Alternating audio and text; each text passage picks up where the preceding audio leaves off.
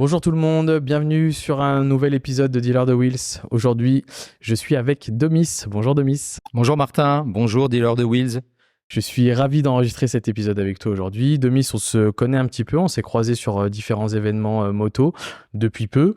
On a pu discuter un petit peu et aujourd'hui, ce qui me plaît, c'est qu'on va pouvoir discuter d'un éventail assez large au niveau des expériences moto, puisque tu as fait beaucoup de choses, tu as participé et importé quelques événements sur Lyon. Donc ça va plutôt être cool. Et tu as aussi également la casquette actuellement de travailler dans le milieu de la moto. Donc, on va avoir les deux. On va faire l'inverse de ce que je fais d'habitude. On va commencer à parler un petit peu plus de ton métier actuel de façon assez globale et assez rapide. Et ensuite, on va enchaîner sur la vie de Demis dans les deux roues. Ok, très bien. Ça te va ? Très bien. Donc je suis Demis de la Croix-Vaubois, marié depuis 2007. Nous avons un garçon qui s'appelle Mayol, qui va avoir 12 ans et qui est déjà passionné de deux roues et de quatre roues. Je suis originaire de Picardie et je suis arrivé à Lyon en 2006. C'était une vraie volonté de venir dans cette région et j'ai eu l'opportunité, par l'intermédiaire de mon job, de venir m'installer à Lyon. Super. Aujourd'hui, donc, tu es commercial. Tu travailles pour plusieurs marques. Donc, si tu peux nous expliquer de façon assez globale. Tout à fait. Donc, au début, je travaillais dans l'industrie, donc rien à voir avec la moto. Et en faisant un rallye au Maroc, j'avais vraiment du mal à me remettre dans mon travail. Et entre deux clients, j'allais souvent dans les magasins de moto. Et quelqu'un m'a demandé pourquoi je travaillais pas dans la moto. Et c'est quelque chose qui m'était jamais venu à l'esprit. Je pensais même pas que ça pouvait être un métier. Et donc, il me dit qu'il y a deux sociétés qui cherchent quelqu'un dans le sud. Deux sociétés spécialisées dans l'accessoire. Donc, j'appelle une société et 3 mois après, j'avais intégré la société. Donc, commercial, alors dans l'accessoire moto, d'abord dans l'est de la France. Alors, les débuts n'ont pas été faciles parce qu'il était prévu que je reste dans ma région d'origine dans le nord. Et tout était conclu. Et le jour où je suis arrivé, au moment de signer le contrat, on m'a dit, alors il y a juste un petit changement, ça sera pas dans le nord, mais ça sera dans l'est de la France. Donc il y avait 400 kilomètres entre les deux. Je connaissais absolument pas la région. C'était une société du sud, donc pas forcément très bien perçue dans l'est. On m'avait dit, ça fait 19 ans que la société existe, tu es le 19e commercial. Donc, on va peut-être pas commencer à travailler ensemble parce que ça va pas durer longtemps. Et j'ai résisté et finalement, au bout de 3 mois, on m'a proposé le poste du Nord. Donc voilà. Donc, je suis parti m'installer dans le Nord, retourner dans ma région d'origine.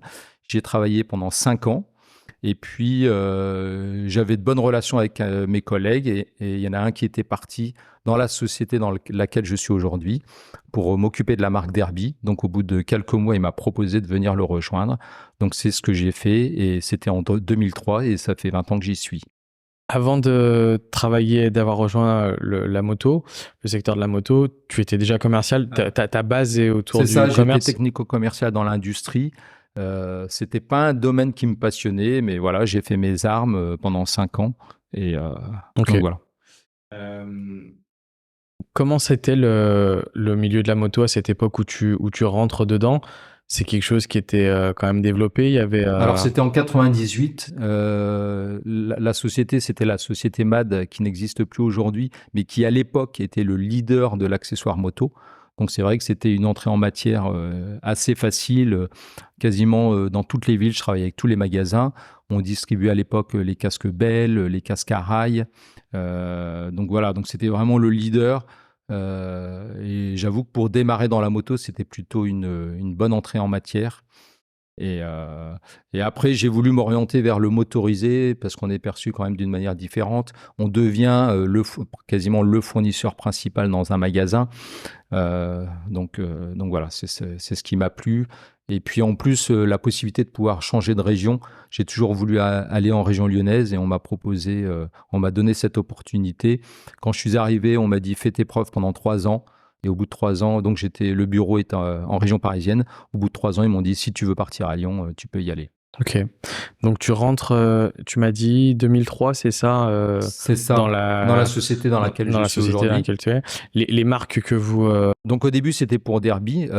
La marque a été la société a été créée en 2000, d'abord avec la marque Derby, qui était déjà le leader du 50 à boîte à l'époque. C'était vraiment intéressant puisqu'on m'a proposé d'aller à l'usine qui était à Barcelone tous les 2 mois. Donc je faisais des propositions de déco, de couleurs, et 2 mois après, j'allais valider. Donc ça a été vraiment un job très très intéressant. Et après, la marque Derby a été vendue, a été rachetée par le groupe Piaggio. Et à ce moment-là, vers les années 2010, l'usine a été rapatriée en Italie. Et bon, les choses ont changé et j'avais beaucoup moins de contact avec la marque. quand j'étais jeune, c'était la course entre les Derby et les Cagiva. Clairement, ouais, c'était vraiment les deux marques leaders et ça a duré très longtemps puisqu'on a été pendant quasiment 20 ans leader du marché du 50 à boîte. Et donc après, en parallèle, quand je suis arrivé en 2003, on a lancé une marque de scooter qui s'appelle Sim, qui vient de Taïwan, qui était totalement inconnu en Europe à l'époque. Et aujourd'hui, Sim, c'est le deuxième acteur du marché du 50 cm3 en scooter et le cinquième acteur du 125. Donc ça n'a jamais arrêté de progresser et c'est une excellente marque. Et puis là, depuis très très peu de temps, alors il y a deux autres marques. En 2018, on a commencé la distribution de la marque Benelli, donc marque italienne, qui se trouve à Pesaro sur la côte adriatique.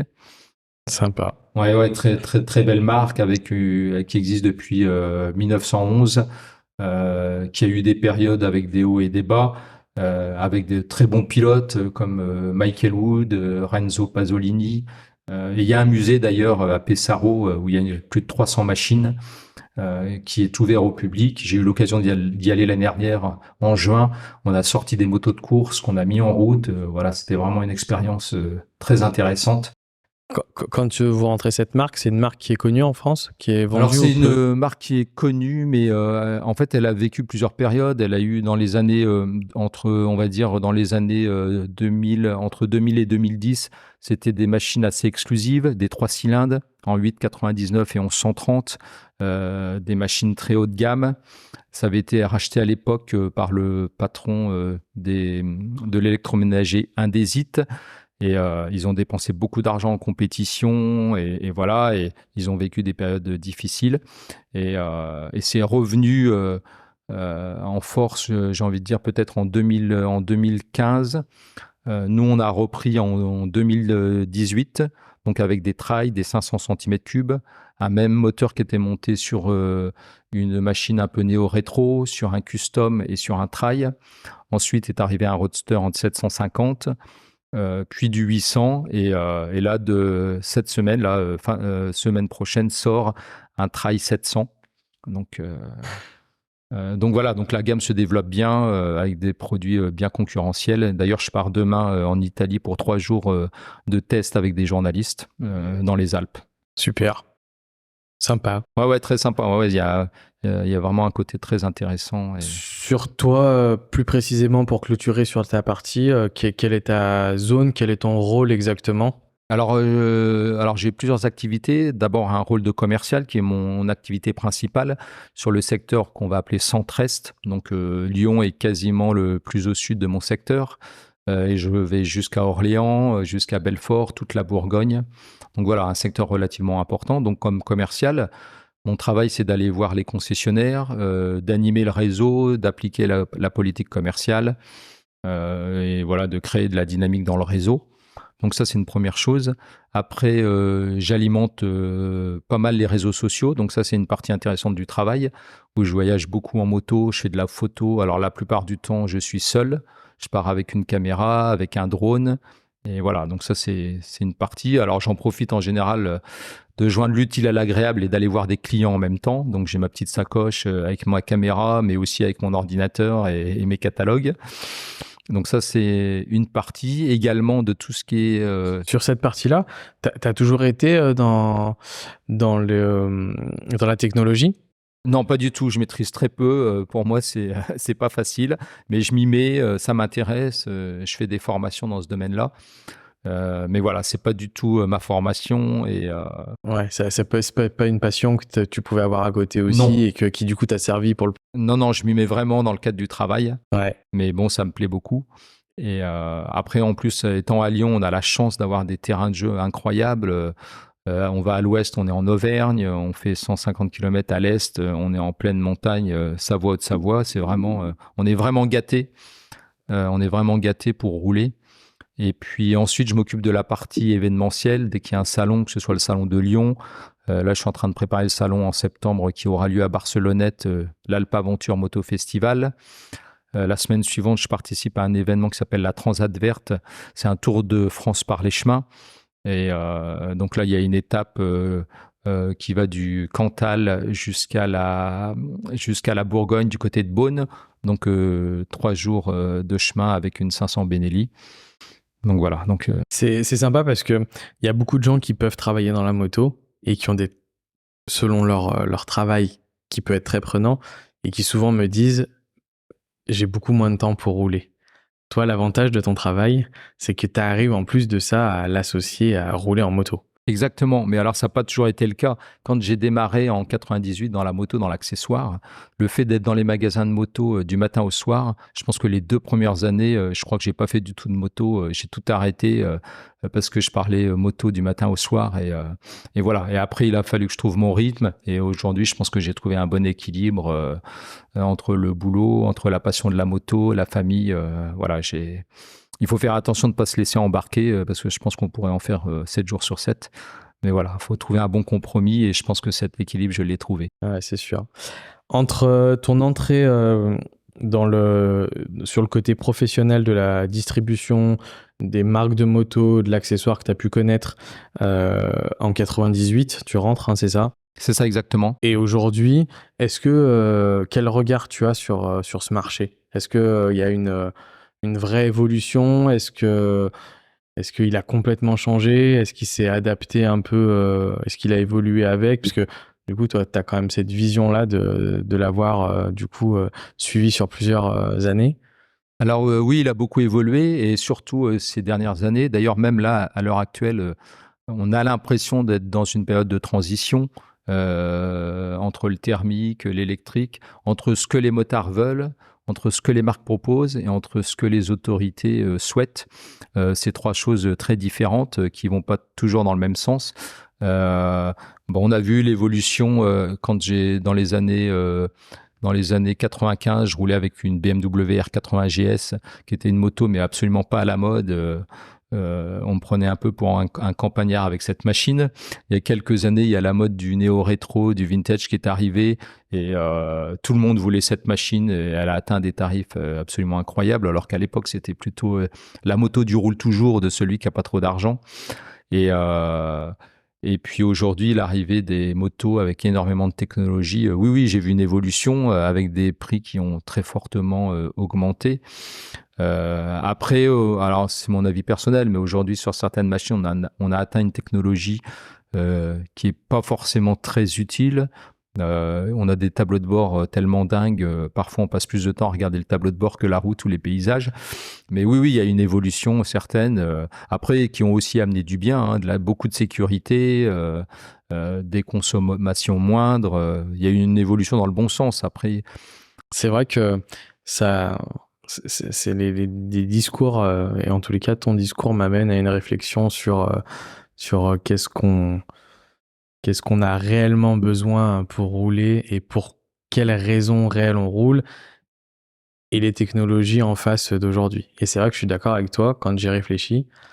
On est aujourd'hui dans un monde de gadgets et de plein de choses, mais la moto, et je pense que tu seras le premier à l'expliquer après, et comme tous les gens que j'ai podcastés, c'est une recherche de la liberté. Est-ce que les deux ensemble ont réellement un intérêt? C'est sûr qu'un écran, je vois tout à fait ce que tu veux dire, un écran d'aujourd'hui avec beaucoup de gadgets, de possibilités, comme des voitures modernes limite aujourd'hui. Alors que c'est vrai que la moto, au final, c'était plutôt regarder le paysage, retrouver une sensation de liberté. c'est clair que pour moi, la moto, c'est se libérer un peu de toutes les contraintes. Et certains modèles aujourd'hui, quand je pense que si on roule très peu avec, on a déjà oublié le mode d'emploi et finalement on s'aperçoit qu'on utilise toujours les mêmes fonctions et peut-être qu'on exploite le côté technologie à 30%.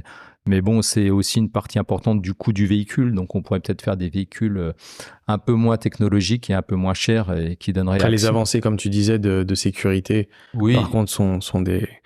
Il y a eu des avancées technologiques qui sont vraiment top. clairement, tout ce qui est ABS, c'est clair qu'aujourd'hui, on est habitué, on a tout ça sur nos voitures. C'est quelque chose, on peut dire, qui est presque devenu indispensable.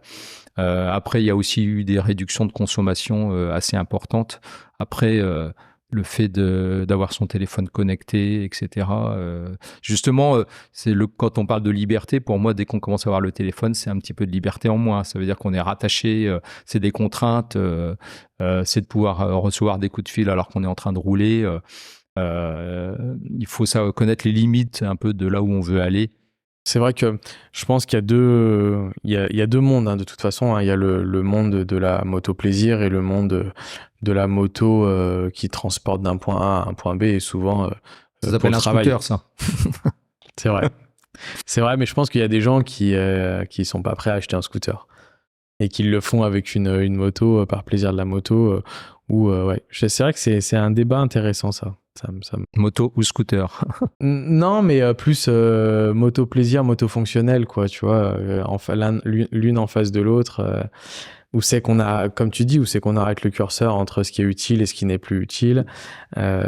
Qu'est-ce qu'on a besoin réellement, en fait, pour le Oui, aller à kiff de la l'essentiel. moto. Après, c'est pour ça, on est un peu surpris parfois on se rend compte de succès de certaines machines, on va dire qui sont cheap, mais il y a pour certaines personnes un retour au basique, un retour aux sources avec des machines simples, sans contrainte et donc des machines pas très chères. Et là, je pense qu'il y a une réelle demande. On l'a vu notamment depuis 2020, depuis le Covid, où les gens avaient envie de s'évader et on a trouvé une nouvelle clientèle qui s'intéressait à des machines simples et voilà, de retourner aux sources. Je suis d'accord. On va clôturer cette partie. Dernière petite question, est-ce que tu es heureux dans le métier que tu fais aujourd'hui? Complètement, et je ne sais pas ce que je pourrais faire d'autre pour prendre autant de plaisir au quotidien. Ouais, j'y suis très bien, ouais. Super, trop bien. Maintenant, on va remonter. On va prendre la machine à remonter dans le temps et on va remonter très très loin. On va partir sur la partie, entre guillemets, un petit peu plus personnelle de Domis. Comment, à quel âge et pour quelles raisons as-tu percuté, rencontré le monde des deux roues? Alors, le deux roues, personne ne le pratiquait dans ma famille. Même le vélo, on en faisait très peu. J'ai pas souvenir d'avoir toujours eu un vélo. Et alors ça a commencé assez tard, je pense que c'est vers 16 ans, où j'ai acheté mon premier cyclo. Chez mes parents, on n'avait pas d'argent de poche et tout ce que je pouvais recevoir, que ce soit à mon anniversaire ou à Noël, il était mis directement sur un livret. Et donc, lorsque j'ai eu 16 ans, j'avais un petit peu d'argent de côté et j'ai voulu m'acheter une mobilette. C'était un Ciao, je me souviens, un Ciao qui coûtait pas très cher, qui était vraiment tout simple. À l'époque, il était de 68, donc il était déjà très vieux, mais c'est ce que j'avais trouvé de moins cher. Et alors, ce qui est amusant, c'est que je l'ai personnalisé tout de suite. Alors, pourquoi? J'en ai aucune idée. Je sais pas d'où venait mon inspiration. Mais Est-ce que tu as des côtés un peu artistes? non, Dessin, pas du tout. non. Non, pas Non, du tout. vraiment pas. Alors après, il y a une chose qui est un peu différente, je pense, d'aujourd'hui. C'est qu'à l'époque, quand on allait à l'école, qu'on ait une mobilette, un scooter ou une moto, on pouvait les rentrer dans l'école. Il y avait un préau qui était réservé à ça. Et je me souviens qu'avec des copains, on passait du temps pendant la récréation à observer toutes ces mobilettes. Et il y en avait énormément qui étaient préparées. Alors il y avait le clan des Peugeot, il y avait le clan des Motobécanes et il y avait le clan des Ciao.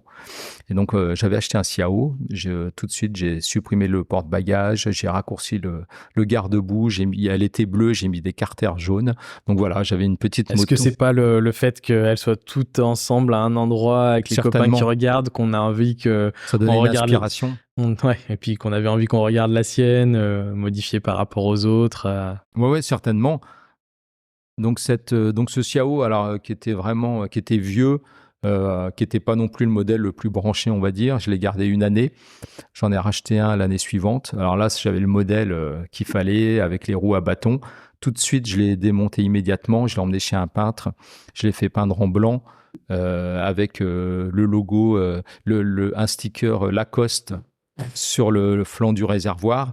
Et les carters, je les ai fait peindre en vert et les jantes en vert comme le logo Lacoste avec un crocodile de chaque côté. Voilà, je m'étais fait ma petite série spéciale. Ok. Une raison particulière? T'aimais bien cette marque? Ouais, certainement, ouais, certainement, ouais. Ok. Et donc voilà, donc même chose, je l'ai gardé une année environ. Et puis après, je suis passé sur une moto, sur une 125. J'avais un copain d'école qui s'appelle Sylvain, qui habitait à 40 km de l'école, qui arrivait lundi avec sa moto. Il avait une Honda MB8. Il restait la semaine, il repartait chez lui. Donc pour moi, c'était tout de suite la liberté, pouvoir se déplacer à l'extérieur, aller voir ses amis. Donc j'ai rapidement eu envie de passer sur une 125. Alors, j'avais déjà, je crois que quand j'ai passé le permis 125, j'avais déjà 18 ans. Mais pour moi, c'était pas une passion. Je me suis dit, je vais en faire un an et puis après, je passerai à la voiture. Donc, c'est finalement, je voulais avoir le permis pour les vacances d'été. Donc, je me suis dit certainement que le 125 est plus facile à avoir. Donc, je le passe, je le rate. Et donc, du coup, je suis obligé de le repasser en septembre, ce qui fait que j'aurais très bien pu passer mon permis gros cylindré. Mais voilà, je me suis dit, je ferai de la moto pendant une année, ça suffira. Tu te rappelles des sensations sur Mobilette 125 à cette époque-là? Parce que t'as quand même un kiff, il y a quelque chose qui... Ouais, il y a quelque chose qui passe. Alors, pas vraiment. Alors, les sensations, je dirais, c'est pas des sensations physiques parce que l'accélération d'un Ciao, c'est pas forcément très fulgurant. La petite 125, donc c'était une Honda XL qui était de 76, donc qui était déjà une vieille moto. Que j'ai pas tellement apprécié, finalement, pas plus que ça. Je trouvais que ça marchait pas très bien. Et puis, lors d'une réunion de famille, je croise un cousin qui avait une 125 XLS. Donc, c'était une moto, en fait, c'était un peu la même base, hein, mais en termes de look, qui était beaucoup plus récente, plus sympa. Donc, voilà, donc j'achète cette 125 et celle-ci, j'ai quelques bons souvenirs. Je la faisais entretenir dans un garage et le propriétaire, alors c'était pas un vendeur de moto, c'était juste un atelier, mais il aimait bien mettre les gens en relation et il avait un de ses clients qui avait une Ténéré, alors ça venait de sortir, c'était la première Ténéré que je trouvais magnifique, c'était pour moi vraiment la moto d'aventure. Et étant dans le Nord, il organisait chaque année un convoi pour aller à l'Enduro du Touquet. Alors l'Enduro du Touquet, c'est vraiment quelque chose dans le Nord qui est incroyable. Ça draine des dizaines et des dizaines de milliers de personnes.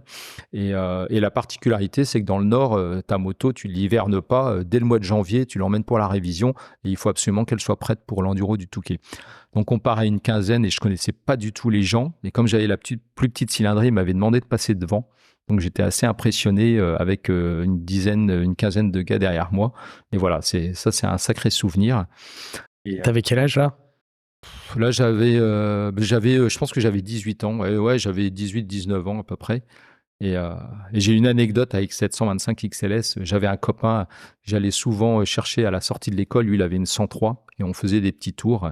Et quand j'ai ma 125 XLS, on avait été invité à une grosse soirée et lui était scout à l'époque et donc il était pris pour tout le week-end. Donc on avait décidé qu'il ferait le mur, que j'irais le chercher. Et avec son costume dans le sac à dos. Donc voilà, c'est ce qui se passe. Et évidemment, une 125 XLS, ça n'éclaire pas du tout. Il faisait nuit noire. Et au premier virage, on se retrouve dans un champ, les pieds dans la boue. Voilà. Donc ça, c'est un de mes souvenirs qui m'a marqué avec ma 125. Des souvenirs marquants de la jeunesse. Ouais, c'est sympa. Tu restes du coup toujours motard à partir de ça s'enchaîne ou pas? C'est ça, exactement. Ouais, complètement, ouais. Un peu après, tu te rappelles un peu les motos? Ouais, complètement. Alors après, il faut savoir qu'à l'époque, tu n'avais pas Internet, tu n'avais pas le bon coin. Donc pour acheter une moto, c'était pas si simple. Soit tu allais chez le concessionnaire, mais j'en avais pas les moyens. Ou soit c'était des petites annonces dans les journaux gratuits, ou soit le bouche à oreille. Et j'avais un copain de classe dont les parents avaient payé une 600 XT toute neuve. Et la semaine, il allait à l'école et le week-end, il faisait des enduros. Et il arrivait le lundi matin avec la moto pleine de boue. Et je trouvais ça assez dingue. Il avait un de ses copains qui avait une 400, une Suzuki 400 DR. Alors, pas la DR des années 2000, hein, la DR des années 80, qui ressemble un peu en termes de look à une 500 XT. Alors qu'il avait complètement endurisé, qui était beaucoup trop haute pour moi. Mais voilà, je connaissais cette moto. Je l'achète. Je la rabaisse pour la mettre à peu près à ma taille. Je mets un gros réservoir et là c'est un peu le début de l'aventure. Forcément, avec un 400 cm3, tu peux aller plus loin qu'avec une 125. Donc je l'ai l'année de mon bac et donc ça veut dire que je vais avoir 3 mois de vacances puisque j'envisage de reprendre la fac en octobre. Donc l'été, je m'en vais voir ma marraine qui habite Cannes. Donc, c'est la grosse aventure. Il y a 1000 km. C'est ce que j'allais dire, ouais. Traverser la France. Voilà. Alors, la moto, elle est toute simple. J'ai pas de garde-boue à l'avant. J'ai le duvet qui est posé sur le guidon. Un sac à dos, un casque jet, un kawaii. Et ça y est, c'est parti. T'as aucune crainte à l'époque de partir comme ça? Tu te rappelles, tu décides, tu dis je vais voir ma marraine. Voilà, c'est ça. Ouais, tout à fait, ouais. En plus, à l'époque, on n'avait pas de T'es téléphone. aventureux? T'as toujours été aventureux? Alors, j'ai fait du scoutisme et pendant longtemps. Alors, sur le moment, je ne l'ai pas forcément apprécié. Et c'est les années d'après, je me suis rendu compte que ça m'avait énormément servi, que ce soit les valeurs, que ce soit sur l'orientation, se débrouiller avec pas grand-chose. Et ça, c'est vraiment, je m'en suis rendu compte ensuite. Et donc voilà, donc je pars par les petites routes. Je pense que je mets 3 jours pour descendre. Je croise un Allemand qui avait une 500 XT. On fait une bonne partie du trajet ensemble et ça, c'était super sympa. Et ça, c'est aussi la moto, c'est les rencontres. Et quand tu pars tout seul, quand tu es en groupe, en général, tu te suffis à toi-même. Mais quand tu pars tout seul, bah forcément, tu vas discuter et là, tu fais vraiment de belles rencontres. Donc, je descends à Cannes, je me balade un peu, je remonte. Et en septembre, je retourne faire les vendanges dans la Drôme. Donc, cet été-là, j'ai dû faire 5 ou 6 000 kilomètres avec mon vieux 400 DR. Donc, voilà. Donc, ça, c'est une belle période. Ok. Tu t'en sers que pour le côté personnel? Principalement pour le loisir. Quand je pars à la fac, j'allais à la fac assez loin de chez mes parents, donc j'y suis allé un peu en moto, mais j'avais pas d'endroit particulier pour la garer, donc ça a toujours été principalement un usage loisir. Tu t'avais passé le permis voiture du coup à l'époque? Alors non, alors déjà le permis 125, quand je le passe, je le dis pas à mes parents, parce que mes parents, je pense qu'ils vont pas apprécier, donc je dis rien. Je pars un matin très tôt, genre à 6 heures du matin, mes parents s'en rendent compte. Ils appellent vers 9 heures l'école pour savoir si je suis bien là. Et non, en fait, je suis pas là parce que je suis parti passer le permis. Donc voilà, donc permis 125. Et après, le permis moto, donc je le passe 2 années après. Et je passe d'abord le permis moto. Donc, entre-temps, tes parents avaient su que tu avais eu le permis Voilà, 125. c'est ça. Donc à partir de là, c'était lancé. Et c'est bon. Peut-être même inconsciemment, je me suis dit peut-être qu'avec les parents, ça passerait plus facilement de dire que je passe juste le permis 125. Voilà. Ouais, et d'abord qu'ils se disent, bon, c'est une 125, c'est une petite moto. C'est ça, exactement. Et voilà, et donc je passe le permis moto 2 ans après, et je passe seulement le permis voiture ensuite, 1 année après. Donc, quand tu passes le permis voiture, tu restes quand même sur cette... toujours sur la moto. Ouais, une passion pour les 2 roues, quelque chose qui est important pour toi. D'ailleurs, qui n'était pas une passion au départ, je pense que c'était plutôt un moyen de transport et de voyager. En fait, c'est un peu ridicule, mais je m'imaginais mal rouler seul en voiture, partir voyager seul en voiture. C'est quelque chose qui, je sais pas, ça me paraissait un peu incongru, alors qu'en moto, ça me paraissait normal. Il y avait des places vides dans la voiture et voilà. pas sur la moto. Exactement. Et donc voilà, donc j'ai roulé pas mal. Ensuite, j'ai enchaîné sur d'autres motos. Après le 400 DR, j'ai acheté un BMW 750 série 5, qui était déjà une vieille moto, qui était de 71.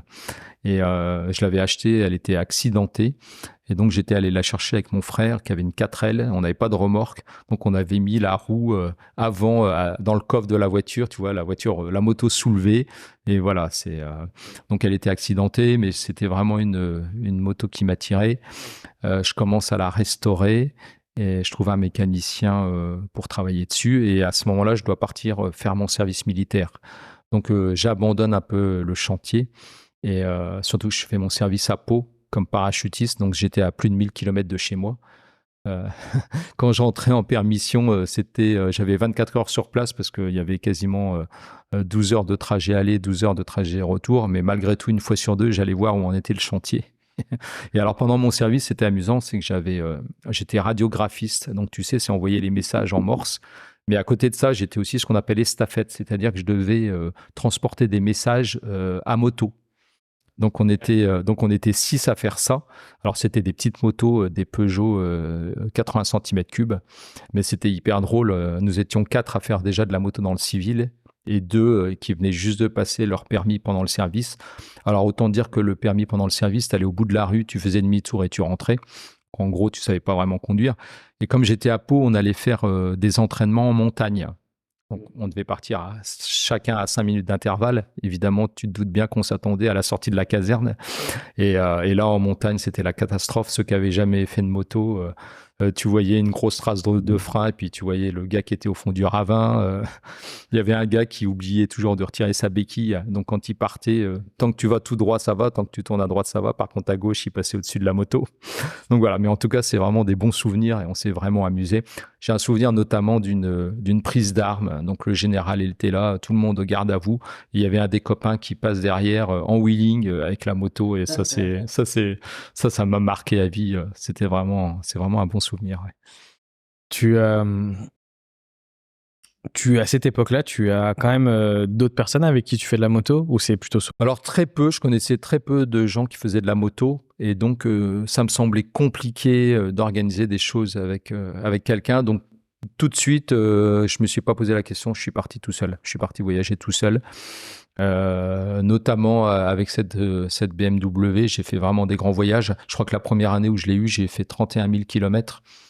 Donc la première année où je l'ai eu, je me souviens, juste en sortant de l'armée, j'appelle un copain en lui disant ça y est, je suis libéré de l'armée, on prend la moto et on était parti 2 jours camper, on a fait une super balade et l'été suivant on me propose un job dans le sud, d'aller écrêter le maïs et ramasser des myrtilles en montagne. C'était du côté de Foix. Donc voilà, je suis parti avec la moto. Je suis parti pendant 3 semaines. J'ai beaucoup roulé, sillonné la région. Et l'année suivante, je décide d'aller à Saint-Jacques-de-Compostelle. Donc là, c'était vraiment loin. C'était mes premières vraies vacances en travaillant. Et là, donc j'habitais en Picardie. Arrivé Porte d'Orléans, je me fais renverser sur le périphérique. C'était vraiment le week-end du chassé-croisé entre juillet et août. Et là, la moto est par terre, la selle s'est ouverte, les outils éparpillés partout. Et là, tu as 5 minutes. J'étais un peu froissé, mais pas plus que ça. un bobo, ouais, non. Voilà, pas trop là, mais bon, la moto, phare cassé, pare-cylindre plié. Et là, tu as 5 minutes pour réfléchir. Tu fais demi-tour, tu rentres à la maison ou tu pars. Donc, je suis parti. La première nuit, je me souviens, je campais en forêt, dans les Landes. J'étais pas très rassuré. Il y avait des bruits de craquement, etc. Et puis après, le lendemain, je vais en Espagne. Je me fais arrêter par la Guardia Civile parce que mon phare était cassé et le phare est obligatoire là-bas. Donc j'avais mis un film plastique, un bout de scotch et voilà. Donc je m'en vais là-bas et arrivé à Saint-Jacques, je suis malade. Donc je décide de rentrer rapidement. C'est là où tu as l'expression où peu importe la destination, ce qui est important, c'est le voyage. Et là, en revanche, j'avais donné rendez-vous à des copains en Bretagne où il y avait un gros rassemblement de motos. Je m'arrête quelques jours dans les Landes pour aller, pas dans les Landes, à Lacanau pour aller voir le championnat du monde de surf. Je dors dans un camping et la première nuit, un orage mais terrible. La foudre qui tombe à un arbre qui est à 2 mètres de la moto, de la tente. Et je deviens sourd pendant un quart d'heure. Une arc électrique traverse la tente. Et là, le lendemain, je vois plein d'écorces brûlées sur la moto, etc. Et bon, c'est encore un souvenir de voyage. Voilà. Ok.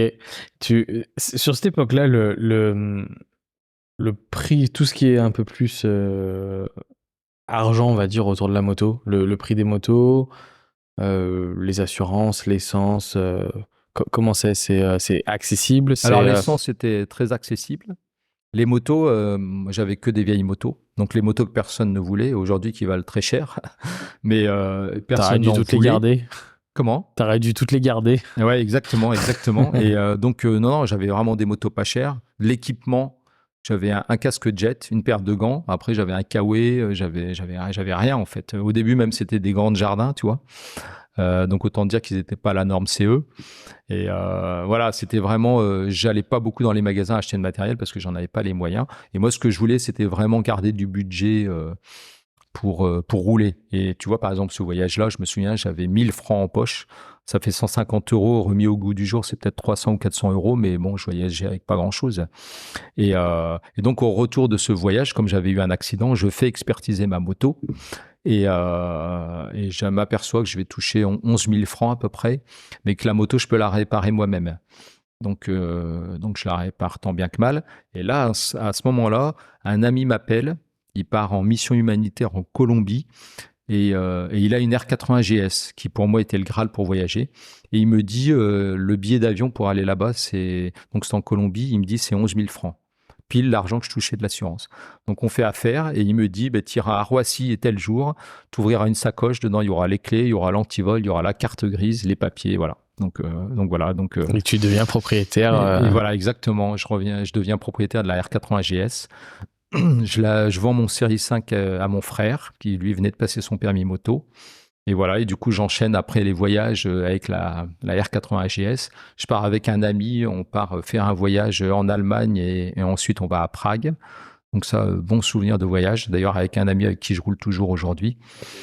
Et l'été suivant, avec des copains, comme ça peut se passer, on discute autour d'un barbecue. Je commence à avoir des copains qui font de la moto et on lance un projet d'aller à un événement qui se trouve en Allemagne qui s'appelle les Éléphants, Elefanten-Treffen, qui est un rassemblement qui existe depuis 1956. C'était les militaires allemands qui roulaient avec des Zundap KS 750 qui se retrouvaient en plein hiver près du circuit du Nürburgring dans la neige. Donc tu lances un projet en plein mois d'août, tu as 15 personnes qui viennent, et puis tu arrives au mois d'octobre, on n'est plus que 10, et puis arrive le mois de décembre, on est 5, et puis une semaine avant le départ, au mois de janvier, il n'y a plus personne.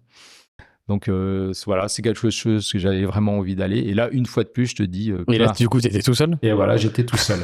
Là, je me souviens, la moto tournait pas très bien. J'ai dû m'arrêter à Metz, chez le concessionnaire BMW pour qu'il me la règle. Et comme je te disais, l'expression, peu importe le voyage, la destination, c'est le voyage qui est important. Et là, ça prend tout son sens. Donc, il fait la nuit, on tombe à -17. On dormait sous la tente. J'avais démonté la batterie pour la mettre dans le duvet parce que sinon, ça aurait pas été possible de redémarrer le lendemain. Sur place, tu as l'impression d'être chez les barbares. Tu as des gars qui ont des sidecars cross avec des moteurs de 1100 GSX-R. C'est un truc incroyable, vraiment incroyable. Finalement, sur place, il se passe rien d'extraordinaire, mais il y a une ambiance. Et puis, c'est surtout, tu as fait le trajet. Et voilà, au moment de repartir, je me souviens avoir vu un gars qui avait une lampe à souder pour réchauffer le carter, tu sais, pour essayer de réchauffer l'huile et qu'elle démarre. Et là, tu vois le carter qui se fend en deux. Fin du voyage. Donc voilà, pas mal d'anecdotes. En France, le milieu de la moto, il y a quand même des choses qui sont, parce que c'est vrai que c'est difficile aujourd'hui de se projeter avec la facilité de communication qu'on peut avoir aujourd'hui via les téléphones, les réseaux sociaux, Internet. À l'époque, est-ce qu'il y a quand même des événements moto en France? Alors des événements moto, alors au début, pour moi, c'était vraiment uniquement en mode voyage. Donc à l'époque, je m'intéressais pas du tout à la compétition. Il y avait les 24 heures du Mans, il y avait les grands prix, mais je m'y intéressais pas du tout à l'époque. Je savais qu'il y avait un rassemblement en hiver, une hivernale, qui était au plateau des 1000 Vaches, qui était assez connu. Mais je suivais pas tellement l'actualité. Alors, l'enduro du Touquet, quelques événements comme ça, mais je pense beaucoup moins qu'aujourd'hui. Et puis, la communication, c'était uniquement à travers la presse écrite. J'ai toujours été un très gros consommateur de presse écrite et je le suis toujours. Et voilà, je pense que c'était un des moyens de communication. Ouais, c'était celui qui permettait d'avoir les informations sur... Et tu avais de la presse écrite spécialisée moto à l'époque? Oui, beaucoup. Je me souviens d'ailleurs, j'avais écrit au retour des éléphants, j'avais écrit dans un journal papier qui s'appelle Motard, qui existe toujours d'ailleurs, qui a le format d'un quotidien. Donc j'avais écrit 2 pages pour raconter un peu l'aventure. Il y avait Motojournal, il y avait Motorevue, il y avait pas mal de Motorevue, ça existe encore aussi, je crois. Toujours, toujours. Motorevue, Motojournal, toujours. et d'autres journaux. Mais oui, il y avait beaucoup de presse écrite. Ouais, c'est vrai qu'on l'oublie, cette presse écrite qui était bien plus présente avant et qui était le moyen premier de communication. Exactement, ouais. Ok. Exactement, ouais. Entre le petit garçon qui a acheté cette mobilette pour se déplacer et le Domis avec sa R80 et les motos d'avant qui a fait énormément de kilomètres, t'es quel conducteur? Comment tu te... Alors c'est amusant parce que souvent ça s'agit dans le temps et moi c'est plutôt le contraire. C'est-à-dire qu'au début je roulais d'une manière très très cool, doucement. C'était aussi lié aux machines que j'avais. Hein. C'était des machines qui n'étaient pas très performantes, qui avaient des pneus qui n'étaient pas forcément fantastiques en termes de tenue de route, pas avec des gros freinages. Donc je roulais vraiment doucement. Et je pense que c'est en avançant dans le temps où j'ai commencé à avoir des machines un peu plus rigoureuses, un peu plus performantes, où j'ai commencé à rouler un peu plus fort. Mais vraiment les premières années, je dirais quasiment jusqu'aux années 2000, même un peu plus, je roulais vraiment calmement. Quand tu dis un peu plus fort, un peu plus, t'as recherché de la vitesse, t'as eu des motos qui t'ont permis de... J'ai notamment eu une moto qui a un peu marqué ma vie de motard. Je crois que c'était en 2009 où j'ai acheté une Buell, une S1. Ouais. Que tu m'as montré dans un magazine. Voilà, exactement, qui était avec un moteur de 1200 Harley. Qui vraiment, le moteur marchait bien, elle faisait un peu plus de 90 chevaux. Et elle avait un très bon châssis, un excellent freinage. Donc, voilà, j'ai essayé de tester un petit peu les limites et j'ai vu que je pouvais rouler plus fort. Donc voilà, ça a été un peu le marquant et le tournant. Et après, j'ai vraiment eu envie d'avoir des machines qui soient un peu plus rigoureuses. Ok. Dans ta vie personnelle, tu es donc marié, donc tu rencontres madame à quelle époque? En 2005, donc ce qui fait que j'ai eu de ma période, tu vois, de 90 à 2005, j'ai eu 15 ans où j'ai pu rouler énormément, où je partais un peu où le vent m'emmenait. Et voilà, c'est pour ça que j'ai beaucoup roulé à cette époque. Alors c'est amusant, c'est un clin d'œil parce que je rencontre ma femme au Touquet, alors qu'elle est originaire d'Arcachon. Donc voilà, c'est un petit clin d'œil. Et voilà, on s'est mariés Vous êtes mariés, vas-y. en 2007. 2007. Elle, donc elle rencontre un Domis motard. Elle est comment par rapport à la moto? Alors c'est amusant parce que justement, la personne qui nous a fait nous rencontrer m'avait décrit comme un motard. Elle s'attendait peut-être à voir quelqu'un arriver en combinaison de cuir, etc. Et absolument pas.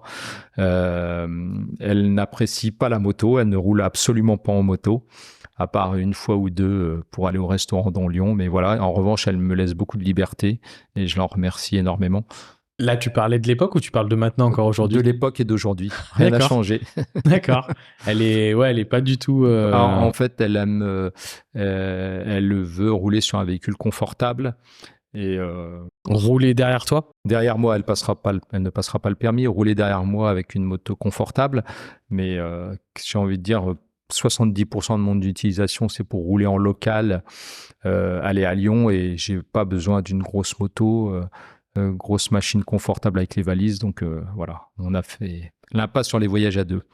Donc ouais, donc jamais de... Parce que c'est vrai que quand on écoute ta première partie de vie, avant de rencontrer madame, on va dire, on s'imagine des grands voyages à deux, des grands... non, c'est jamais, Non, c'est jamais arrivé. C'est jamais arrivé, je pense que ça n'arrivera pas. Pas en deux roues, en tout cas. Ok, c'est marrant. Comme quoi, des fois, la vie... exact. Ok. Après, peut-être que aussi pour toi, c'était aussi le fait qu'elle ait pu te laisser continuer et toi, tu le vivais peut-être aussi très bien tout seul. C'est peut-être tes moments complètement. Ouais, tes moments d'évasion, tes moments à toi, tes moments. Exactement. Et en revanche, par rapport à mes débuts dans la moto, je connais beaucoup de gens qui pratiquent la moto.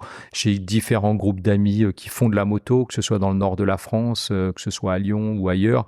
Donc j'arrive, je me réserve au minimum un gros week-end. Traditionnellement, c'est devenu le week-end de la Pentecôte où là, je pars avec des amis rouler à moto. Ça, c'est écrit sur le calendrier noir sur blanc et gravé dans le marbre. Exactement. Et donc, chaque année à cette période, ma femme sait qu'elle a le week-end pour faire autre chose, mais que moi, je serais parti en moto. Ça, c'est devenu une tradition. Ok. Ta vie de motard continue. Je pense comprendre. Et en plus, tu m'as dit qu'au jour d'aujourd'hui, tu as encore une dizaine de motos. Donc, C'est ça. j'imagine que tout le temps s'agrémente de nouvelles motos, de nouvelles expériences. Il y a une autre partie qui est intéressante pour moi, c'est aussi le moment où tu prends part un peu plus dans la vie de la moto et sur le développement, on va dire, d'événements. Principalement à Lyon. Je sais que ce qui nous avait rapprochés, ce qui m'a fait connaître, c'était des discussions avec Thibaut et Jean de Cargo Cult sur sur le fait qu'ils gèrent la DGR. Et ils m'ont très vite dit, mais tu sais, la DGR, on l'a gérée avant, il y avait une personne qui a lancé la DGR à Lyon. Donc là, tu changes un petit peu de casquette. Comment c'est arrivé tout ça? Comment t'es passé de ce motard qui fait des milliers de kilomètres à te dire à un moment, je vais prendre part dans l'événementiel, si je peux l'appeler comme ça, de la moto. Donc, j'arrive à Lyon en 2006. À l'époque, j'avais une moto, une très grosse BMW que j'avais vraiment construite de A à Z pour faire du rallye. Et cette moto, j'en avais pas trop l'utilité. Elle était vraiment très grosse. J'en avais pas trop l'utilité à Lyon. Et puis à Lyon, c'était une ville que j'avais du mal à la comprendre. J'étais très attiré par le néo-rétro et je me disais, je suis étonné, à Lyon, il se passe absolument rien dans ce domaine-là. Je vois beaucoup de sportives, je vois beaucoup de trail, de gens qui voyagent, mais le néo-rétro, c'est quelque chose qui a l'air un peu inexistant. Ou alors, les gens ne se connaissent pas, il n'y a pas de lien pour qu'ils puissent rouler ensemble. Et j'avais lu un article en 2012 dans le Café Racer sur justement le lancement du DGR en Australie, puisque l'origine c'est Mark Awa qui a lancé ça en Australie. Et Un donc super bonhomme, un super exactement, mec. ouais, vraiment passionnant, passionné. Et donc en 2012, je lis un article dans le Café Racer sur la première édition en France qui a eu lieu à Paris. Et je trouve que l'idée est vraiment bonne. Il faut savoir que c'est un événement qui est totalement caritatif au profit de la recherche contre le cancer de la prostate. Et je trouve que c'est bien la moto, c'est quelque chose qui est assez individualiste. Et je trouve que faire quelque chose pour les autres, une fois dans l'année, c'est plutôt bien. Et donc, je contacte Marc par mail. Il commence à m'expliquer un peu l'organisation, comment ça se fait. C'est très cadré, c'est extrêmement bien organisé. Sauf que moi, je suis tout seul avec mes petits bras. Et donc, voilà. Et alors, il y a plusieurs points auxquels je tiens. C'est de faire un bel itinéraire, des jolies routes, un lieu de départ sympa dans Lyon. Un lieu d'arrivée qui soit sympa également, qui soit un peu à l'image des motos, à l'image du style, puisque on est habillé en costume cravate. Donc ça, c'est un point qui est important. Je trouve que ça donne une bonne image de la moto, une image plutôt sympa. Et donc voilà, donc je fais un itinéraire. Avant, les raisons même qui t'ont fait choisir cet événement, comment tu expliques? Parce que je pense que si tu prends 30 personnes qui vont lire Café Racer Magazine, t'en as 29 qui vont dire « Waouh, cool, ils font un événement DGR à Paris, c'est super ». Qu'est-ce qui fait que toi, tu te dis « Je vais le faire à Lyon ». Est-ce que enfin, comment tu Comme je te l'expliques? disais tout à l'heure, alors j'ai fait du scoutisme et là c'est vraiment un endroit où tu as des valeurs et c'est surtout tu apprends à prendre des initiatives et surtout faire les choses avec rien en fait, parce que finalement pour le DGR, plusieurs personnes après m'ont proposé différentes choses. En fait, tu as besoin de rien, c'est juste du temps à passer. La communication. Voilà, exactement. Donc je connaissais quelqu'un qui avait un garage de moto ancienne à Tassin. Donc, il avait une très belle moto, une vieille Triumph. Il avait un de ses copains qui avait une Guzzi. Donc, je lui propose de faire un petit teaser. On part ensemble, on fait quelques photos, quelques petites vidéos. Et puis, on crée la marque Awa, crée la page DGR Lyon. Voilà. Mais bon, donc là, on est en quelle année? Là, on est en 2013. 2013. Donc, 2013. Donc, voilà, donc j'ai personne non plus pour l'encadrement. Absolument personne. La première année, je crois que c'est la première année, on part de la place Maréchal Lyoté. Et, Combien de motos? 36. Donc déjà, je trouve que c'est une petite victoire parce que partie de 0, 36 motos, c'est pas mal. Tout le monde bien habillé? Ouais, franchement, tout le monde a joué le jeu. fait un effort, tout le monde a joué le jeu, des belles motos, des gens très bien habillés. Et voilà, et donc rapidement, les choses se font naturellement. Je vois Jean qui s'arrête à un carrefour, qui bloque un carrefour. Il y a un autre garçon que tu auras peut-être l'occasion de rencontrer, Sébastien Girodias, qui lui également s'arrête à un autre carrefour, fait l'acte de circulation. Il avait amené un appareil photo. Il y a des belles photos qui sont faites à la fin. Et donc, suite à ça, très rapidement se crée une petite communauté. Sur les 36, je pense qu'on est une petite dizaine à garder le lien. Il y a notamment Jérémy qui a été au début associé avec Cargo Cult, Grégory qui faisait partie un peu de cette bande. Et voilà, donc très naturellement, ça se fait. On garde contact. Et justement, un jour, il y a Jean et Thibaut qui me disent ça serait bien qu'on fasse.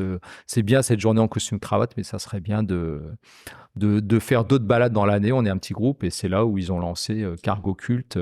Donc voilà. Et c'est voilà. À partir de cette période, il y a plein de choses qui se sont lancées à Lyon.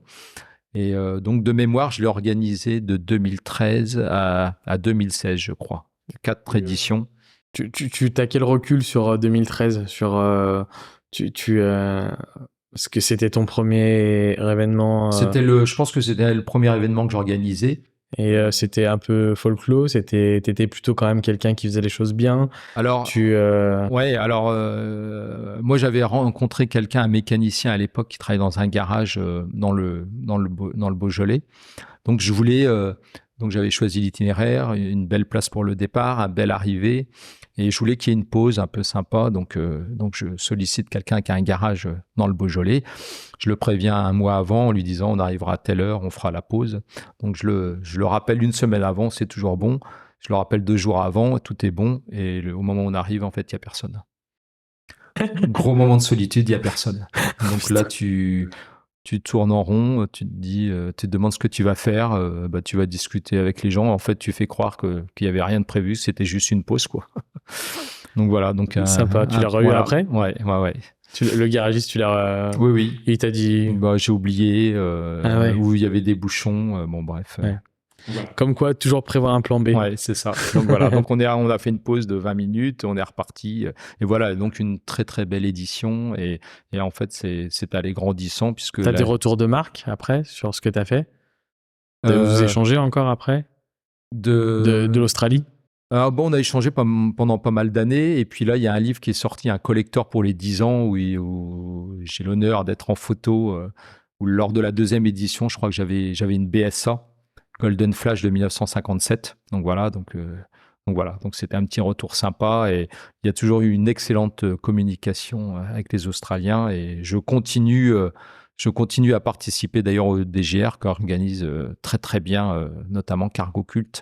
Et voilà, et avec Cargo Cult justement, c'est devenu une vraie amitié et on a eu l'occasion de faire plein d'autres choses ensuite. Pour moi, ça a vraiment été le démarrage 2013 de ma vie de motard à Lyon, puisqu'avant j'étais un peu tout seul dans mon coin. Et je roulais dans d'autres régions avec d'autres personnes. Et voilà, c'est. Je pense que tu l'as écouté. Tu as un très beau témoignage de gens.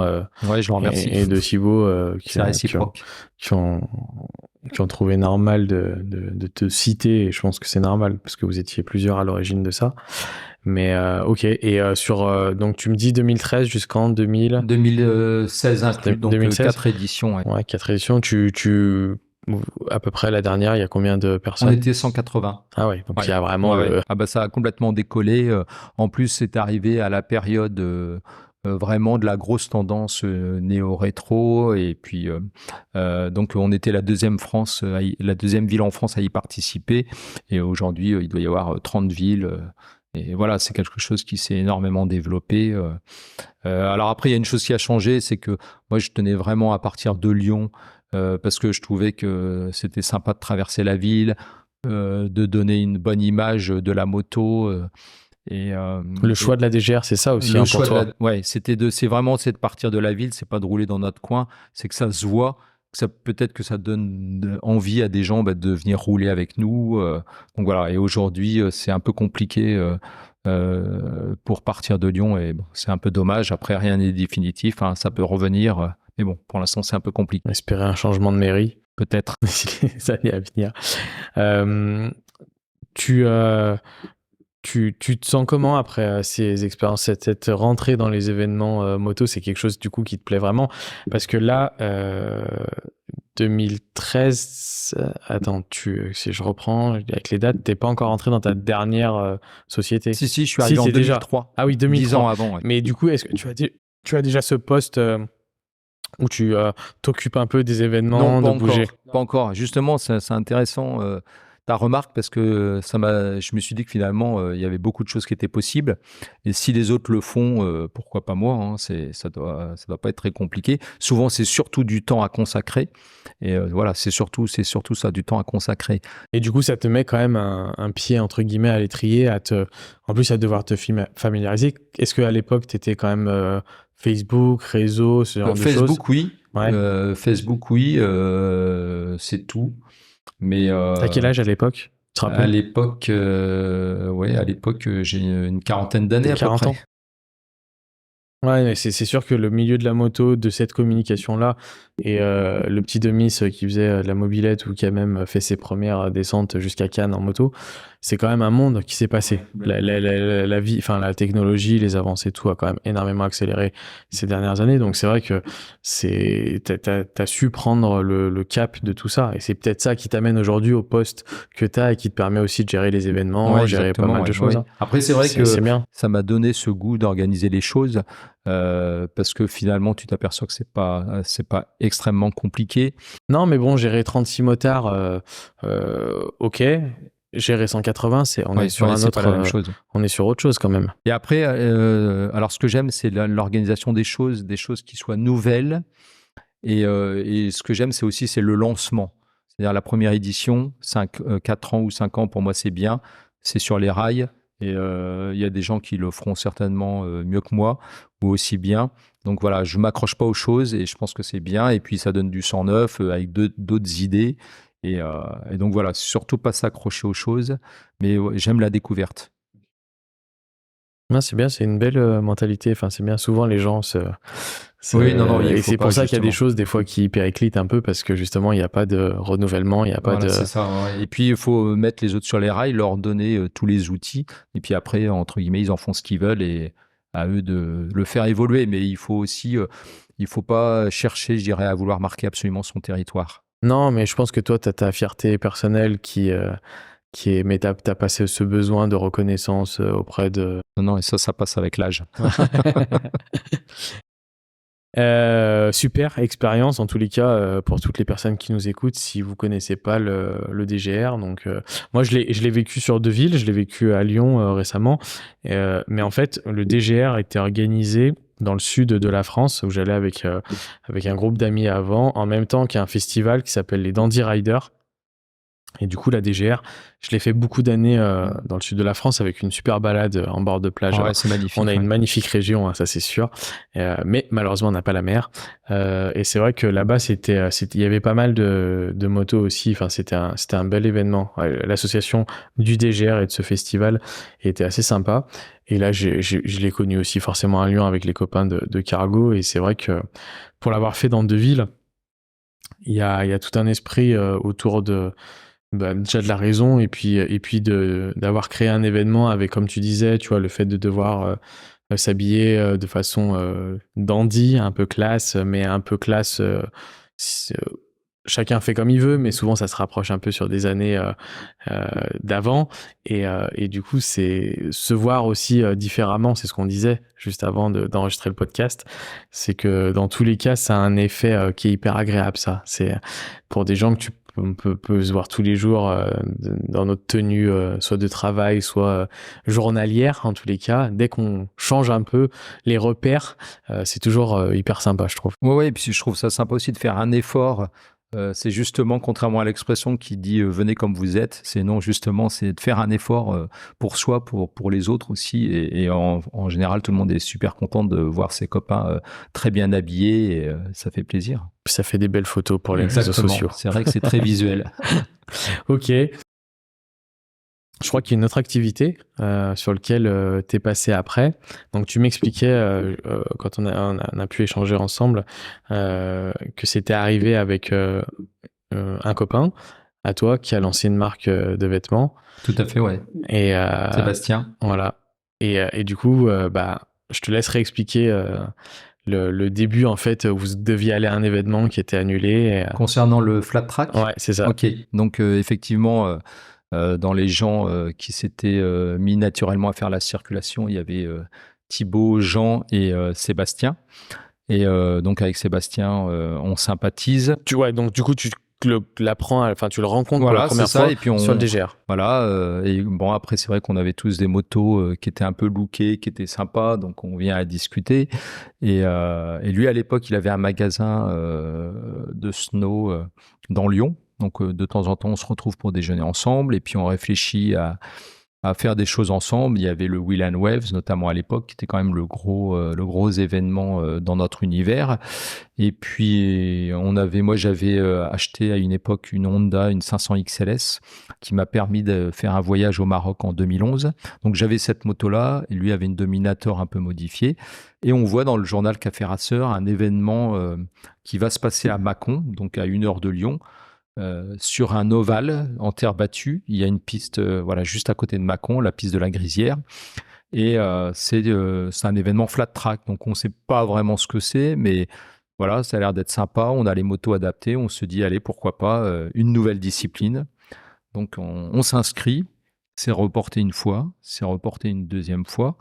Et la troisième fois, c'est mis à la date du DGR. Donc voilà, j'appelle l'organisateur en disant qu'on va retirer notre inscription et qu'on ne pourra pas le faire. Et finalement, l'événement n'a jamais lieu. Donc on se retrouve, on sait qu'il y a une piste qui existe, on a nos motos et il n'y a rien. Mais alors, tu connaissais la discipline du coup déjà avant? Très peu, très peu. Et du coup, tu dis on a nos motos, si vous aviez vos motos Alors, de nous, on l'époque avait qui des pouvaient motos. être adaptées. Alors nos motos, c'était des trails un peu modifiés, mais finalement, la discipline du flat track, j'ai envie de dire que c'est la discipline sportive la plus accessible en moto. En gros, tu prends un trail, tu retires le frein avant, tu mets des pneus pas cross, surtout pas pour pas détruire la piste, hein, qui est en sorte de terre battue. En fait, c'est de la brique pilée, c'est du gore. Donc il suffit voilà juste de retirer son levier de frein pour pas avoir tendance à freiner, parce que si tu freines du frein avant sur la piste en ovale, forcément tu finis par terre. Donc voilà, donc voilà, nous on a les machines, il y a une piste qui existe. Alors en France, il y a assez peu de flat track. C'est surtout très développé en Angleterre. Il y a le championnat qui s'appelle DTRA. D'ailleurs, il y a pas mal de Français à cette époque-là qui vont rouler. Donc c'est une discipline quasiment inconnue en France. Il y a la partie moto moderne, ça se fait avec des 450 de cross, donc avec des roues adaptées. Et donc voilà, donc c'est une discipline qui demande qu'une chose, c'est à se développer. Donc on va voir le propriétaire de la piste, on lui demande si on peut organiser une journée. Donc c'est ce qu'on prévoit. On commence à prendre toutes les indications. Il faut des commissaires de piste. Alors au début, on n'a pas de commissaire des pistes. Hein. C'est Thibaut, c'est les copains autour de nous. Donc on lance ça. Et une semaine avant, il y avait le salon de la moto. Donc on en parle à l'organisateur du salon qui nous dit je vous propose un petit espace où vous pourrez faire une exposition. Donc on fait faire une toute petite piste en terre juste pour faire une exposition. Moi, je contacte par l'intermédiaire de Facebook un pilote qui s'appelle Wilfried Delestre, qui est multiple champion de France de flat track. Donc je le contacte par Facebook. Il me dit qu'ok, il viendra. Et Sébastien, lui, connaît quelques personnes qui roulent en ancienne et qui font le championnat d'Angleterre. Donc eux ne viennent pas, mais ils nous envoient tous leurs motos pour qu'elles soient exposées. Donc on se retrouve avec une très belle exposition. Et est-ce que c'est cette année-là où vous avez exposé une Harley Davidson KH montée en flat track? Alors, ça dit quelque chose ou pas? Oui, tout à fait, mais c'est pas cette année-là. Ouais, non. En fait, là, il y a une machine qui ressemble à une Harley Davidson, mais à une époque, chez Harley, il y a eu un monocylindre et quelqu'un a fait une moto à base d'une Aprilia Pegaso, mais complètement relookée à Harley. Donc voilà, donc c'était pas cette année-là. Donc là, il y avait juste une expo. Et une semaine après, il y avait notre premier roulage. Et pour le premier roulage, on avait contacté donc tous ces fameux pilotes qui faisaient le championnat d'Angleterre, des gens qui sont un peu connus. Alors c'est un milieu un peu confidentiel, mais comme Frank Chatokin, qui est un des meilleurs restaurateurs de motos anglaises en France. Il y a Dimitri Coste, qui est photographe de mode et qui roule aussi en Angleterre. C'est son frère qui a créé la marque Ruby. Voilà, on se retrouve très rapidement pour notre premier roulage avec une cinquantaine de pilotes, ce qui était pour nous en tout cas un succès incroyable. Bon, sur le papier, parce que pour l'instant on n'avait encore rien fait. Et donc voilà, donc on passe la journée la semaine après le salon à Mâcon. Ça se passe extrêmement bien. On ressort de là, mais complètement enthousiaste en se disant on peut pas s'arrêter là. Alors pour la genèse de l'histoire, moi j'avais créé une association quelques années avant. J'avais un objectif, c'était d'aller rouler sur l'axe Salé à Bonneville. Donc j'avais acheté 3 motos. Je m'occupais de la logistique, de tout l'ensemble sauf de la mécanique. J'avais trouvé un mécanicien, donc on crée l'association ensemble. Et au moment où on arrive, où j'amène les 3 motos, il me dit j'ai pas le temps en fait de travailler dessus. Donc là, énorme déception. Je revends 2 motos sur 3. J'en ai une que j'ai toujours, d'ailleurs, une Tero de 1936. Et à ce moment-là, je pars. J'aime pas rester sur un échec. Maintenant que j'ai l'association, que j'avais commencé à réunir du budget, et je fais quelque chose qui n'a rien à voir. Lors d'un dîner, je rencontre quelqu'un que j'avais jamais vu et on commence à parler moto, voiture. Et il me dit qu'il rêverait de faire un rallye en voiture. Et je lui dis, mais moi aussi, mon rêve, c'est de faire le Monte Carlo historique.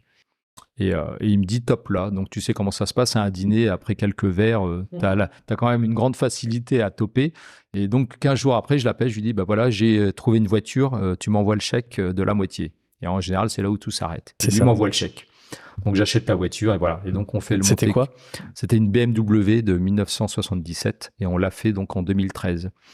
Donc voilà. Et donc j'avais cette association qui était toute prête. Donc avec Sébastien, on change le nom, ça devient Vintage Racing Spirit. On a notre premier événement donc de journée de roulage en 2016 et on se dit qu'on veut pas s'arrêter là et pourquoi pas faire des courses. Tu vois, on essaie d'aller un petit peu plus loin. Et là, on rencontre la Fédération française de moto, la préfecture, etc. Et on lance une première course à Mâcon et ensuite. Ok, et donc on lance une première course à Mâcon et 15 jours après ou 3 semaines après, on fait une deuxième course à Morizès. Morizès, c'est dans le sud-ouest, c'est pas très loin de Bordeaux et c'est une région qui est très très axée sur le flat track. Alors flat track et aussi speedway. Speedway, ça se fait sur les mêmes pistes. Je sais pas si tu vois ce que c'est. Ce sont des motos qui sont extrêmement fines. Souvent, ça marche au méthanol. On voit ça parfois en Russie sur la glace, avec des machines qui sont complètement couchées. Est-ce que c'est comme Sultan of Sprint? Ah non, ça c'est encore autre chose. Sultan of Sprint, okay. C'est une course d'accélération en ligne droite. Là, c'est vraiment des machines très particulières. Donc, c'est très développé dans le sud-ouest. Il y a un peu le flat track. Donc deuxième course, deuxième lieu. Donc voilà, la première année se passe bien. Donc on y va crescendo. L'année suivante, j'ai un souvenir qui est resté gravé. C'est que donc attention, il faut que ce soit fait dans les règles. C'est agréé par la Fédération française de moto, avec des commissaires de piste officiels, un directeur de course. C'est quand même beaucoup plus de boulot là, non? Ah là oui, complètement. Là c'est énorme. Là c'est des dossiers à déposer en préfecture plusieurs mois à l'avance. Ouais, c'est des budgets, puisqu'il faut payer. Il faut payer la piste. Là, vous avez monté une structure du coup. Donc là, on avait l'association. C'est ton association. On a des sponsors, notamment principalement AMV, les assurances. Ok. Et qui sont présents sur beaucoup de choses. Sur énormément d'événements aujourd'hui. Je crois que c'est le nom qui revient le plus souvent dans le monde de la moto, dans l'assurance. Ouais. Et donc voilà, ça part crescendo. Il y a le directeur de course, il y a les commissaires, il y a des arbitres. C'est vraiment fait dans les règles. Et bon, c'est vrai qu'on rencontre, on rencontre plein de gens. Il y a une vraie petite communauté qui se crée autour du flat track. Avant, il n'y avait rien du tout en France, avec des motos vintage, avec des motos modernes.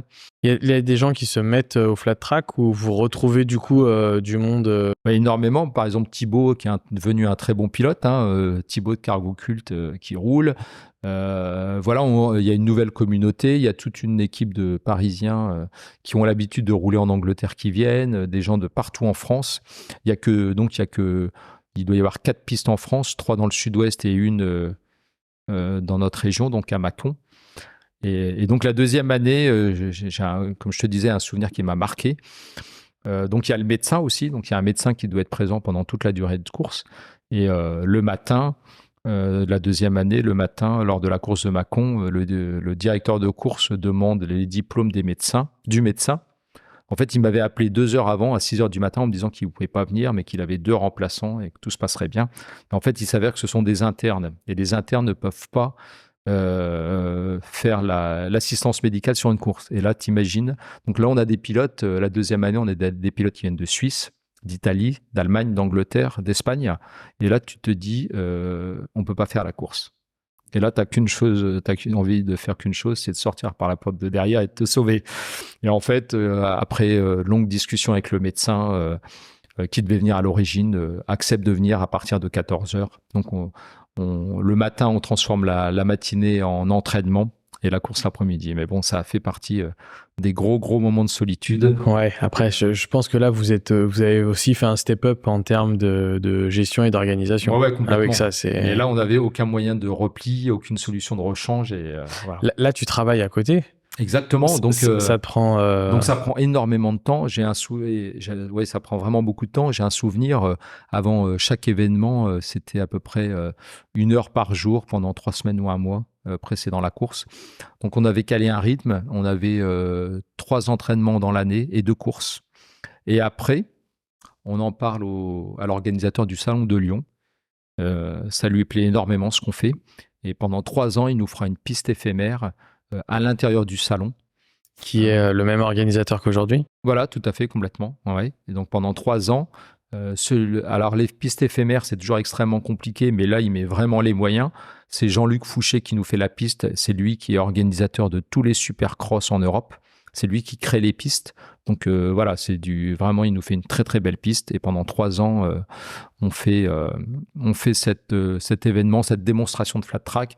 Alors c'était un peu folklore parce que tu imagines la poussière. La première année, c'était dans un hall où il y avait également des stands. Donc les gars étaient complètement dans le brouillard total. Voilà, mais bon, voilà, c'était vraiment. On est monté jusqu'à plus de 100 pilotes. Donc là, c'est pareil, c'est extrêmement compliqué à gérer. 100 pilotes.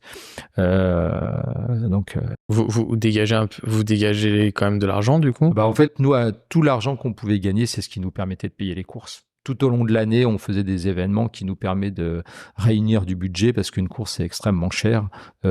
Tu as les pompiers, tu as la sécurité civile, les commissaires de piste, et donc il faut rémunérer tout le monde. En fait, rapidement, on a compris que ce qui est tout à fait normal, que de demander aux copains, c'est bien de demander un petit coup de main. Mais les copains, s'ils viennent, souvent, c'est parce qu'ils aiment le flat track, donc ils veulent rouler. Donc voilà. Donc moi, je considère que les gens, à partir du moment où on les paye pas, on peut pas être très exigeant. Mais là, on a besoin de quelque chose de qualitatif. Ça engage quand même la sécurité des gens. Donc voilà. Donc on fait des événements. On a fait aussi le Café Rasseur Festival à Montlhéry. On avait créé une piste au sein du Café Rasseur. Donc on a dû faire une année. Voilà. Et tout au long de l'année, on cherchait des événements à organiser pour pouvoir financer les courses. Tu fais ça combien d'années? 5 ans. 5 ans, pareil. 5 ans. T'as cette période des 5 ans. C'est ça, c'est ma période 5 ans. Après, c'est vrai que avec toi, l'amour dure 5 ans. Ça fait avec ta femme. Tout, voilà, exactement. Pour la moto. Exactement. Et puis, non, mais c'est prenant. Moi, je suis souvent en déplacement du mardi au jeudi. Donc là, ça veut dire que quand je rentrais le jeudi soir, le vendredi, fallait ressortir le matériel, organiser, etc. Départ entre 6h30 et 7h du matin le samedi matin. Ma femme venait régulièrement pour donner un coup de main pour la buvette, les repas, etc. On a vraiment vécu quand même pendant 5 années une vraie petite communauté et ça a été un vrai plaisir. Après, voilà, au bout d'un moment, tu as envie de prendre un peu plus de temps pour toi, ta famille. Mais voilà, j'ai vécu vraiment 5 années avec le flat track. Après, on est allé à El Rolo, par exemple, l'événement du Wheel and Waves qui a lieu à Saint-Sébastien, la course de flat track. Donc c'était sympa parce qu'on connaissait tous les pilotes et tous les pilotes européens quasiment. Les organisateurs du championnat d'Angleterre venaient rouler à l'événement de Lyon. On se retrouvait sur plein d'événements tout au long de l'année et c'était vraiment une belle période. Bravo.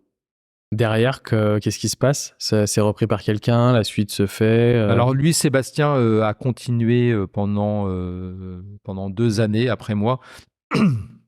Après, il y a des gens qui sont allés voir la Fédération française de moto et qui ont voulu en faire un événement 100% Fédération française. Donc, avec nous, ça faisait un peu double emploi. Mais bon, sauf que je dirais que quand ça devient professionnel, il y a moins la passion. Et là, malheureusement, en France, c'est un peu en train de diminuer. Il doit y avoir 1 ou 2 courses par an. Et voilà. Je pense que malheureusement, la belle période, on l'a vécue. et qu'on en est un peu sur la fin là. C'est dommage parce que c'est une discipline, je pense, qui est très peu connue. Moi, je m'y suis intéressé parce que on a un ami commun qui est Antonin Excellent pilote. de Roadkill et qui m'a fait découvrir un peu ça. J'ai passé de longs moments à discuter avec lui. On est en avant-première. Je tease, il y aura un épisode. On n'a pas encore pu caler la date, mais qui arrivera et où je pense qu'il y aura une grosse partie où il nous parlera aussi lui de son expérience de pilote. Et son père Philippe, et son papa. excellent pilote. Tous les deux, ouais, tout à fait, dans le flat track. Et c'est vrai que c'est un milieu que je connaissais très peu et qui pour autant, enfin, jouer aux États-Unis ou même dans d'autres pays d'Europe. Et un sport très développé avec des sponsors télévisés. Enfin, quand on va aux États-Unis, c'est incroyable. Ouais, c'est incroyable. Hein. Et là, c'est la guerre entre Indian et Harley sur la même discipline. Ouais, mais c'est marrant parce qu'il y a même des marques asiatiques aussi. Il y a aussi il y a aussi des Yam, Triumph aussi, Kawasaki, Yamaha. Yamaha et tout. Et en fait, c'est dommage d'entendre que la France prend pas enfin, du moins n'est pas mis les moyens ou les bonnes personnes pour prendre la suite là-dessus, quoi. Sachant que le nombre de motards ne fait qu'augmenter c'est ça, en France. Ouais. Après, il faut avoir des personnes qui soient vraiment motivées pour s'en occuper, investies, et voilà, ça demande beaucoup de temps. Ouais. Super. Est-ce qu'il y avait des choses sur Domis dont tu avais envie de peut-être parler Je pense qu'on a fait quand même un gros tour de tout ce que on a vu fait. pas mal de choses. Cette année, j'ai eu l'occasion de faire 2 très belles balades où je suis parti en Auvergne pendant 4 jours. Récemment, là. Oui, le week-end de l'Ascension. J'ai vu avec... Et puis là, il y a 3 semaines, j'avais de la disponibilité. J'ai proposé à 4 Lyonnais de se faire une belle balade en Savoie. Et donc, on s'est fait un beau tour. Je les ai un peu embarqués, un peu hors piste. Je savais qu'il y avait une route qui était fermée du côté du barrage de Roseland en Savoie. Et j'avais entendu parler d'une piste. Je leur avais dit qu'il y avait à peu près 500 mètres, mais en fait, c'était 25 km. Donc, ils ont été sympas avec moi. Ils m'ont pas jeté de cailloux, mais on s'est retrouvé dans un refuge d'altitude absolument incroyable avec une vue à 360 degrés. Et le lendemain, on avait à nouveau 10 km de piste pour rejoindre la Plagne. Et on a vraiment vécu 3 jours un peu hors du temps. On a démarré par une panne de batterie sur l'autoroute. C'est ce qu'il y a en moto par rapport à la voiture. C'est que souvent en moto, ça se passe jamais comme prévu. Et c'est toujours un peu l'aventure. J'ai une expression que j'aime bien. C'est quand le moteur s'arrête, l'aventure commence. Et c'était un peu le cas, quoi. Okay.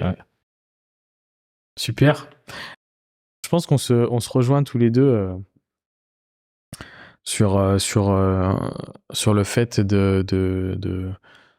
d'aimer se débrouiller par soi-même et de créer et de découvrir de nouvelles choses. Donc je pense qu'on devrait avec le temps réfléchir peut-être à faire quelque chose tous les deux. Certainement, avec grand plaisir. Je pense que ça pourrait être sympa. Il y a des tas de choses à faire. Ouais, je pense que ça pourrait être sympa. Et tu vois, au fur et à mesure que je t'écoutais tout le long de cet épisode qui était super intéressant, je pense qu'on peut avoir des choses à partager. Alors, faut trouver où, quoi, comment. Mais ça peut être vraiment sympa de peut-être réfléchir un jour et envisager de faire quelque chose ensemble. Ça peut être une balade, ça peut être ça peut être un petit road trip, peu importe. Alors ça, c'est quelque chose que j'aime justement, l'organisation des road trips et je pense que t'as fait ta bille là-dedans. Je pense que tu connais bien, t'as multiples expériences, beaucoup plus que moi. C'est quelque chose qui me plaît. Alors moi, tu sais, à côté, j'ai créé un petit groupe. Alors, tout le monde, je pense, du moins tous les auditeurs qui écoutent le podcast régulièrement ont compris que j'avais une passion pour une marque américaine, voilà. Mais je suis absolument pas fermé et j'ai créé un petit groupe. On est 14 autour de cette marque à rouler ensemble. Et voilà, on essaie d'organiser des petites choses. Voilà, c'était je pense, il y a beaucoup de choses qui se font et j'avais envie, alors on est hommes et femmes et j'avais envie de mettre en place quelque chose qui regroupe un peu les gens d'origine, d'âge, de tout complètement différent. Et donc c'est quelque chose que j'aime beaucoup. Ça prend du temps, comme tu dis. Ouais, clairement, il y a ouais. beaucoup de choses. Aujourd'hui, j'ai un métier à côté, j'ai le podcast. J'ai ce petit groupe on essaye de faire vivre le plus qu'on peut. Et c'est vrai que voilà, je pense que t'as toute une expérience et beaucoup de choses qui me font dire que ça pourrait être sympa de faire quelque chose ensemble. Avec plaisir, et j'aime toutes les marques aujourd'hui, que ce soit des marques européennes, japonaises, américaines. J'aime vraiment la moto dans sa globalité, toutes les disciplines et vraiment toutes les marques. Bon, bah super. Merci beaucoup. Ça fait 1h18 qu'on papote. Ok, Donc, le voilà. temps passe vite. Le temps passe vite. On va pouvoir clôturer. Je pense qu'on a pu, en tous les cas, se rendre compte que sur Lyon, la région dont tu avais envie d'y venir, en tous les cas, j'ai appris aussi à connaître et à voir que tu avais lancé et fait beaucoup de choses. Donc, félicitations pour tout ce travail, parce que même si t'es pas forcément quelqu'un qui va se mettre en avant, il faut savoir féliciter tout ce que tu as fait, parce que comme je te disais, je pense que tu as beaucoup de gens qui n'auraient pas eu le courage ou qui n'ont pas simplement pas la volonté de faire ce que tu fais. Donc, bravo déjà, que ce soit pour la DGR, que ce soit pour le flat track et tout, c'est impressionnant. Et puis merci beaucoup pour ta sincérité, l'échange qu'on a eu, d'avoir pu nous partager toutes ces aventures, un motard accompli avec de multiples expériences. Donc, je pense que ça va beaucoup plaire à nos auditeurs. Ok, merci, c'était un vrai plaisir. Et puis on se donne rendez-vous pour une suite. Et à ce moment-là, comme on est tous les deux un peu vidéo, tout ça, si on arrive à se caler quelque chose, on le fera suivre à nos différents personnes qui nous suivent. Très bien. Je mettrai toutes les infos sur Demis parce qu'il a un compte Instagram où tu partages dessus un peu, j'ai l'impression, tout ce que tu fais au niveau visuel, on va dire, les événements professionnels, et tout. Oui, professionnels, voilà, principalement. Donc je le partagerai. Merci. Merci Demis. Au revoir, Martin. À très bientôt. Bonne fin de journée. Ciao. Salut.